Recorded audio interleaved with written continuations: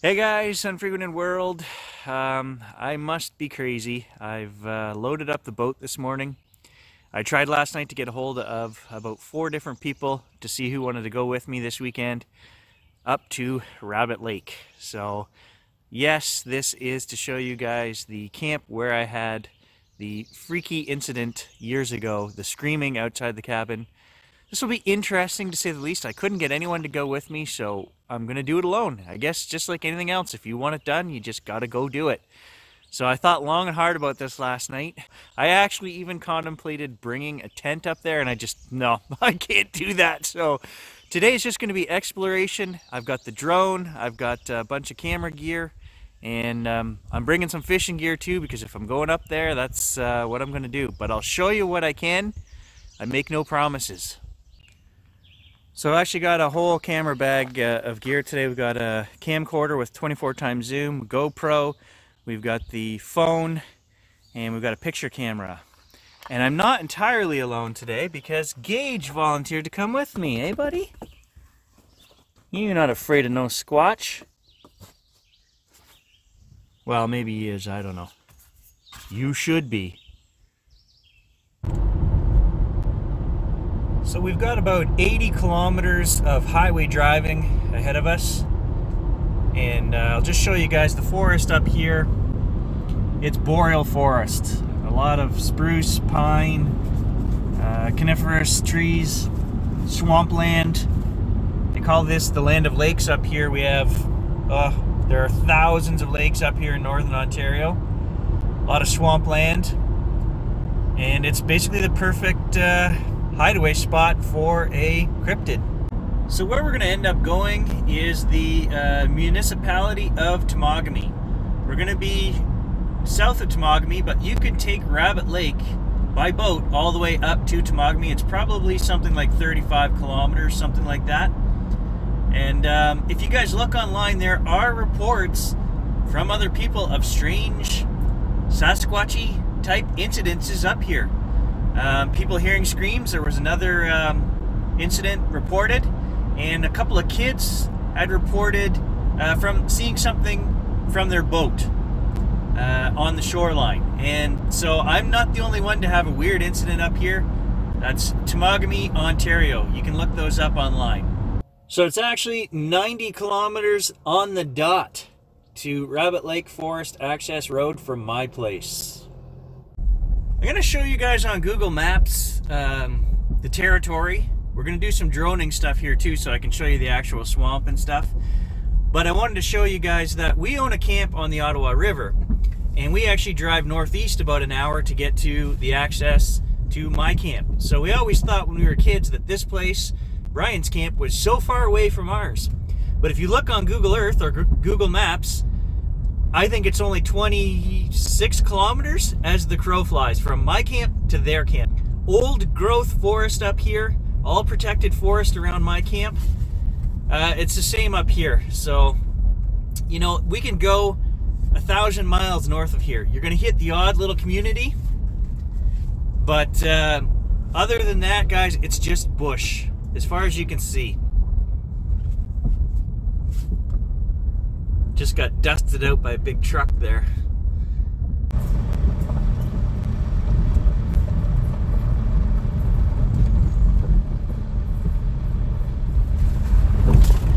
Holy. Apparently everything up here is denoted with a orange construction cone on the side of the road as well. They've literally got an 11-inch drop back there, a ditch running across the whole road. And I just hit that. I mean, we're not going fast, but that'll cause some damage. That will cause some damage, man.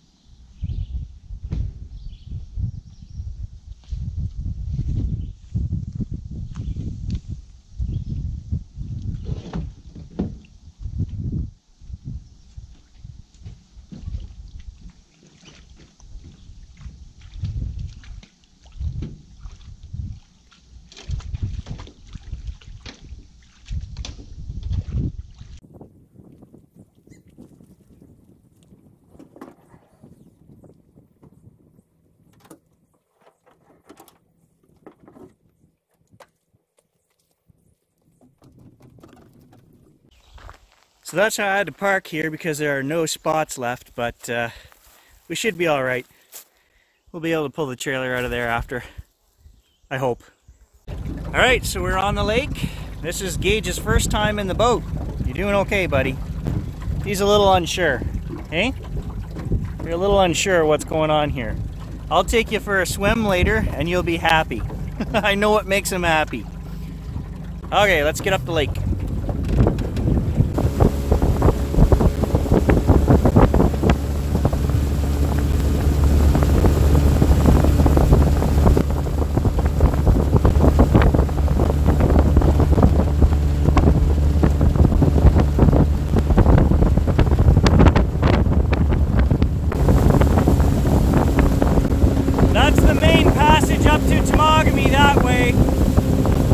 Back in here, this back bay is where Brian's camp is. So out here in the main bay, there are some cottages. Then we've got to still go into this back bay here, half a mile, and all of this northern shore here, and to the east, that's where we hunt, basically over that mountain there. And there's nobody back in this corner, and literally hundreds and hundreds of miles of empty swamp back in there, guys. And there's another little swamp right up in there over that mountain. So lots of empty land up here. Okay, there it is. There's Brian's camp in the dock. And right there is where we used to fish pickerel in the evening. There's a creek that comes out right there. And as you guys can see in this back bay here, there is no other cottages anywhere. There's a big island out here. And that goes back to the main channel. So he's probably, I don't know, a mile from the nearest camp, which is down that way. And then the main channel to the Mogmi runs up that way, and you're just going to keep going north. We'll put the drone up off the dock, and I'll just show you guys how much empty land there is around the camp. Well, if you want to know how long a dock lasts, I helped Brian build this 25 years ago. And it's starting to rot, so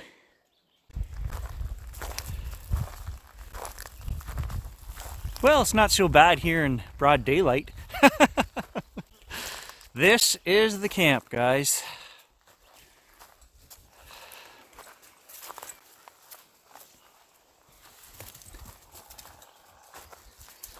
So right here on the left wall is where the bunks are, where you sleep. And my bunk was facing north, actually, so my head was kind of against this front wall here. And where I heard the screaming, if I had to guesstimate to place it, I mean, it was so loud, you could feel it. You could feel the noise vibrating in your chest. Would have been somewhere just off to the right of the camp here. Somewhere right in, you know, down in here somewhere. And so the first scream came from here, off to the southeast, and it was probably lasted, you know, 8 seconds, something like that.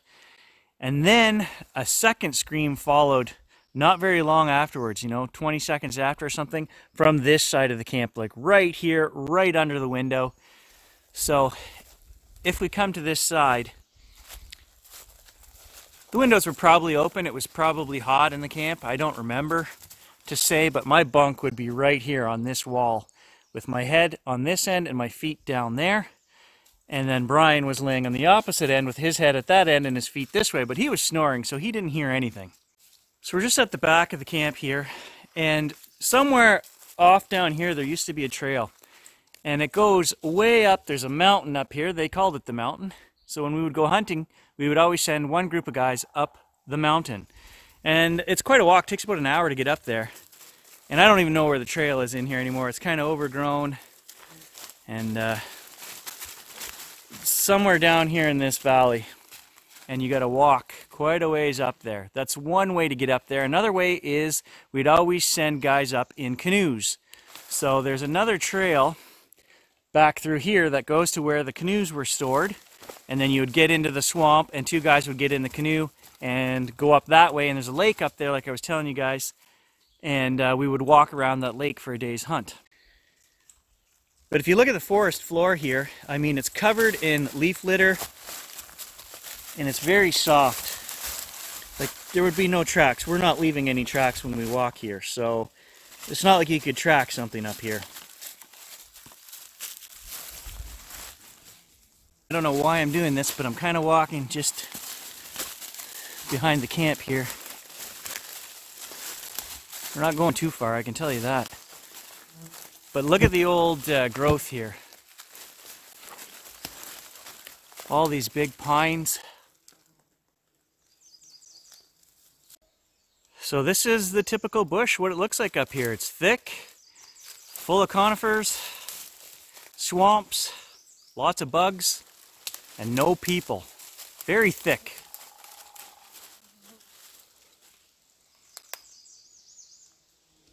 So I also want to be clear, guys. I get a lot of people posting on the videos, oh, it was a screech owl or a coyote or whatever. And I want to be absolutely clear, guys. No, I have a biology degree. I've been hunting since I could walk in the bush with my father. I have a trapping license. You know, we hear coyotes and wolves howling. We hear the screaming fox mating in the spring. Birds and every other thing. You know, it's nothing new to us. We live in the bush. So only the one time did I ever hear anything that I cannot place. I've never heard anything like it since. And it was very strange on its own. It was a complete abnormal thing to hear. Now Brian is even more of a woods guy than me. He grew up living in little cabins like this in the bush, you know, out trapping and hunting all the time when he was a kid. And he heard the same thing and could not identify it. His hunting party, who were all experienced Northern Ontario hunting men, could not identify that sound. Now the other thing I want to mention is I've always wondered about migratory patterns, because Brian said that they were up here hunting in the fall, beginning of fall, same as we were, Thanksgiving weekend, somewhere around there, and they heard that same screaming. So I just wondered, you know, is this something that's not here year-round? It just comes in, passing through, moving south maybe as winter's coming on? I don't know, but that would make sense to me. I don't know. Now, I don't know if I mentioned in the last video as well, Brian has had things thrown at the camp when he's been up here. He's found bare footprints in the swamp. All kinds of things that I didn't mention in the last video, but strange country up here. I'm pretty sure if something attacks us, the dog is not going to save me, so we're going to do what we have to do while it's broad daylight, middle of the day here, and get out of Dodge. So I do have the idea to come back here and put out some trail cameras, but I want people with me. I don't want to be going up, you know, a mile in the bush by myself. I want to talk to Brian, see if he cares. I don't think he will. Just have a guy's weekend again and put some trail cameras out, leave them for a month or so. Worst case, we're going to get a bunch of moose and other cool things on there. And then we'll come back and get them. And I want to do a full night of camping out here, but not by myself. And so today is just a recon mission, just to show you guys the location and that it is very remote. I mean, I don't know if Sasquatch is real. Does it exist? I don't know. I didn't see one. That's my thing, right? So, but I would like to believe that there is something scary ass out there, and that's what I heard. That it's not just something mundane that put this terror in me for the last 20-some years of my life. Also, just to show you guys while we're here, the attic has the top bunks up there, and that there's a window, we can't see it from here, but facing out over the lake. Right there. And a few years back, all these trees weren't that high. You could see clearly out over to the lake. And right across here is where that orange globe went. It was maybe 200 meters off the end of the dock, and maybe 100 to 200 meters high. And it went right over the big hill, down that way. So, just can't stay out of the water, this guy. He's always in the water. Oh, right, you're gonna pick a little stick to take home with you. Okay. Is that the one you want? Yeah, good luck with that, Gage.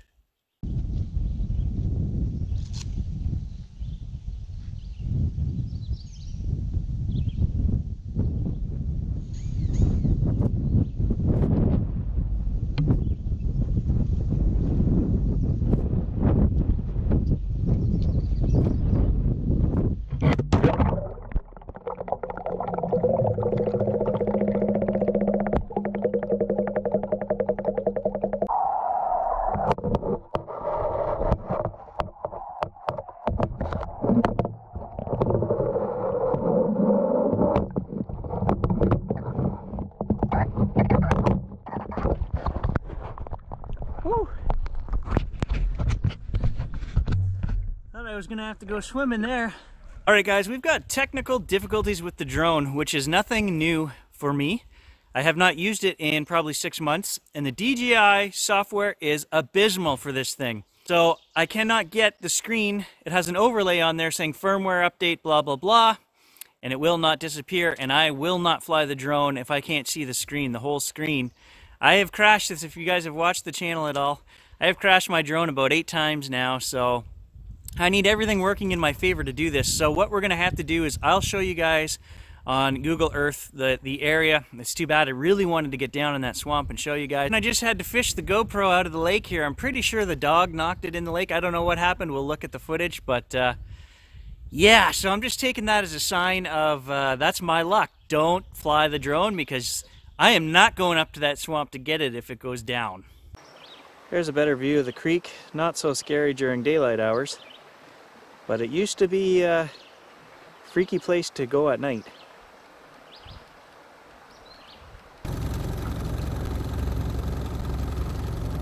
Never really thought about it before, but when you're up here fishing, you're not watching the shore, you're not looking in the bush. How many times, you know, is there wildlife right there that you're not looking for because you're paying attention to driving the boat, fishing lines, what's going on in the boat? You know, in this trip here, I'm pretty much, my focus is split. And yeah, it just makes you think. So this is the little dead-end bay down here, and then up to the left, straight over the hill, would be the little swamp I'll show you guys online. And there were tracks apparently found in there. That was many years ago. And he told me that he found bare footprints in there. Not long prints, like 9 or 10 inches, but he said they were almost as half as wide, 5 or 6 inches wide. So, but again, Brian attributes that to natives running around naked in the bush, I guess. I don't know. Barefoot for sure.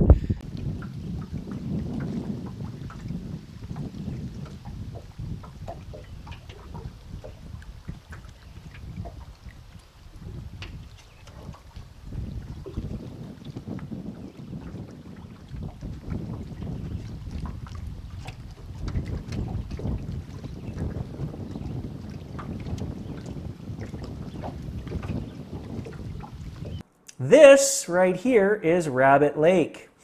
So we drove up Highway 11 today, and we turned off here on Rabbit Lake Road, and we drove in until we got to this point right here. That's where we launched the boat. So this is where we launched, and we drove up into the main part of the lake, and this is where I showed you guys, this is the main route up to Temagami, and we stayed over here to the right. This is the cottages I showed you guys. There's a whole bank of cottages on that left bay. And then you go back into this back channel all by itself here. Right here at the end is Brian's camp. There are no camps down this side until you get down here, and there are no camps anywhere down here on the right. So when you're at Brian's, I'll just show you his camp. There's his dock. That's where we were today. There's the camp where we were today. And here's the river, the little creek that comes out. And what I wanted to show you guys with the drone was this creek. Somewhere right in here is the trail. It goes in here, and we used to keep canoes like right in here. And we'd walk out into the marsh and then canoe up into this lake up here. Okay, so this lake here is full of pike. This is where we moose hunt. So there's Brian's camp. All in this area up here is where we moose hunt. And if you scroll out, I'll show you guys, there is nothing. I mean, we could literally go, you know, hundreds of miles. There's the odd little town over here on the highway, but there's nothing to the right, nothing to the left. It's just, we are not far from Brian's camp. It's 28 kilometers from that point right there on the river up to, there's Brian's camp right there. So from there to there is about 28 kilometers, something like that. And as the crow flies. So it's not very far. We're still in that big empty territory, and I think that our camp would actually be a good spot to do a bit of investigating as well. It's all old growth, untouched timber. The forests have been there untouched for the last 100 years. They were all logged previous to that started in the 1830s, and by 1920 or 1930 they were done logging in there. So it's been 100 years of no activity. So you never know.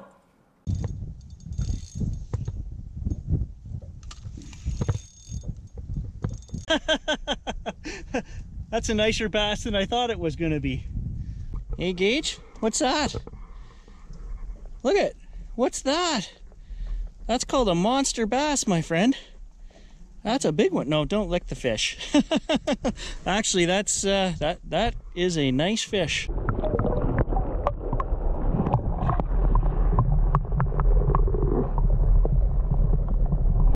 Hey, there we go. Nice little northern pike. We'll let him go.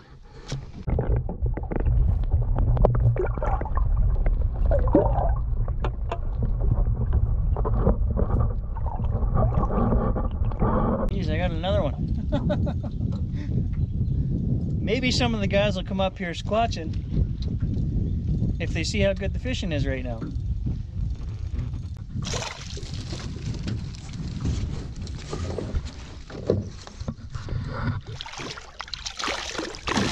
Come here.